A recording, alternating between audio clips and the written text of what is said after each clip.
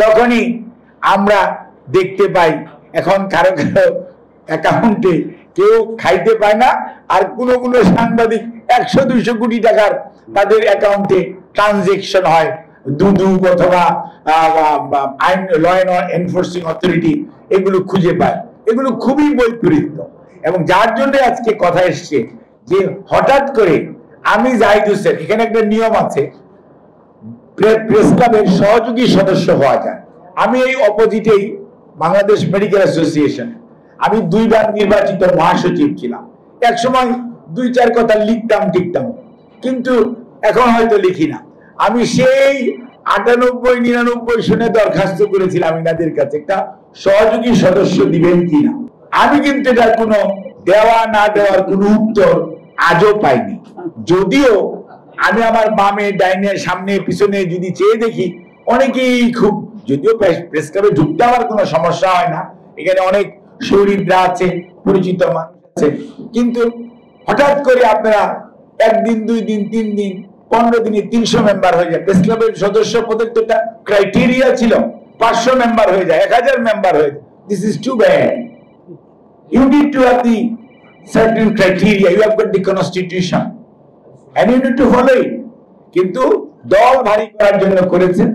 এখন ঘটনাটা তাই ঘটবে, যেরকম ভাবে আপনাদের প্রভুরা পালিয়ে গেছে, এখন আপনাদেরকে এখানে ঢোকা বন্ধ হয়ে যাবে না, কারণ এখন থেকে দাবি আসবেই, কারণ আপনি লিখেন না, আপনি কোনো সাংবাদিকতা যে করেন তার কোনো প্রুফ নাই। আপনার লিখা দেশের মানুষ যে পড়ে, সেটা কি আদৌ আমরা কি কতজন পড়ি সেটা প্রেস ক্লাবের প্রেসিডেন্ট মহোদয় ওনারা দেখবেন। কাজে এটা আমার বলা ঠিক না, কিন্তু আমি মনে করি যে এই যে প্রতিষ্ঠান, আমরা যে খালি পলায়নকৃত স্বৈরাচারকে দোষ দিই, উনি ডিস্ট্রয় করেছেন, কিন্তু আপনারা বা আমরা তো সহযোগী হয়েছি, যার জন্যই ডিস্ট্রয়েড হয়েছে। প্রেস ক্লাব তো উনি, এই প্রেস ক্লাব কিভাবে হয়েছে আপনারা জানেন, ওই ইতিহাসে যাই না।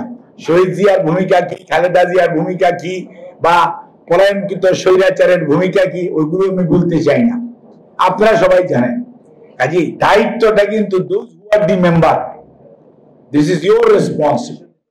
How you are going to run it, how you are going to manage it, and how you are going to make it a national organization, so that আমরা আবার ওই গিয়াস কামাল চৌধুরী, সিরাজউদ্দিন হোসেন, অথবা আপনার আতাউস সামাদ, অথবা এনায়েতুল্লাহ খান, ওই কোয়ালিটির মানুষ কি মানুষ, আমরা সবাই বলি বর্তমান প্রজন্ম অনেক বেশি শিক্ষিত, আমাদের কাছে ওই সাংবাদিকরা কেন নাই, কেন পাচ্ছি না, কেন জাতি পায় না?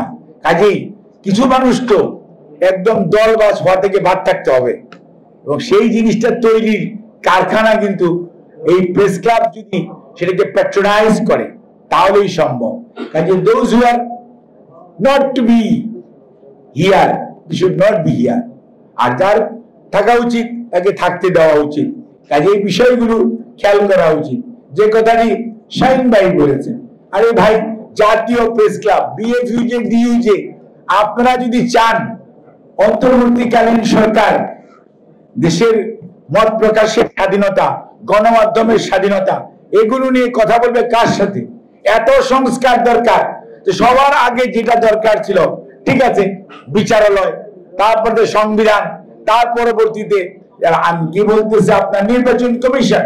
বাট এই যে মত প্রকাশের স্বাধীনতা, এইটি হচ্ছে গণতন্ত্র বিকাশের সবচেয়ে অন্যতম উপাদান।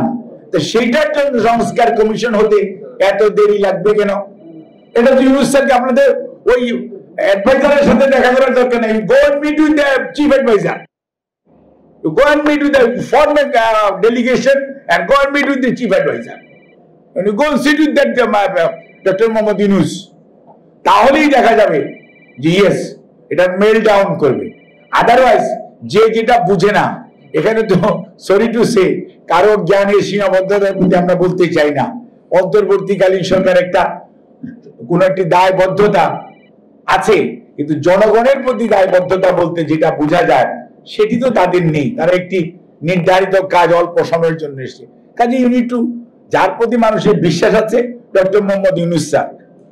কাজেই ওই ইস্যুটার জন্য আপনারা ওই বিএসএস এমডির বিরুদ্ধে ওনার বারান্দায় মিছিল করার দরকার নাই। Government with the chief advisor. You ask him why he is there or he should not. Either he will be there or he should not be there. It should be very clear. It should be very clear. এবং এই জিনিসগুলোকে আপনারা কিন্তু ওই পর্যায়ে নিয়ে যাওয়া উচিত। এখানে দুই ইউনিয়নের নেতৃবৃন্দ আছেন, জাতীয় প্রেস ক্লাবের নেতৃবৃন্দ আছেন। আমার প্রস্তাবনা হচ্ছে এটাই যে আপনারা এরকম ভাবে করেন। আমরা ডেফিনেটলি বাংলাদেশ জাতীয়তাবাদী দল অলওয়েজ আমরা প্রফেশনালিজমকে আপহোল্ড করতে চাই, গুণগত মানকে আপহোল্ড করতে চাই।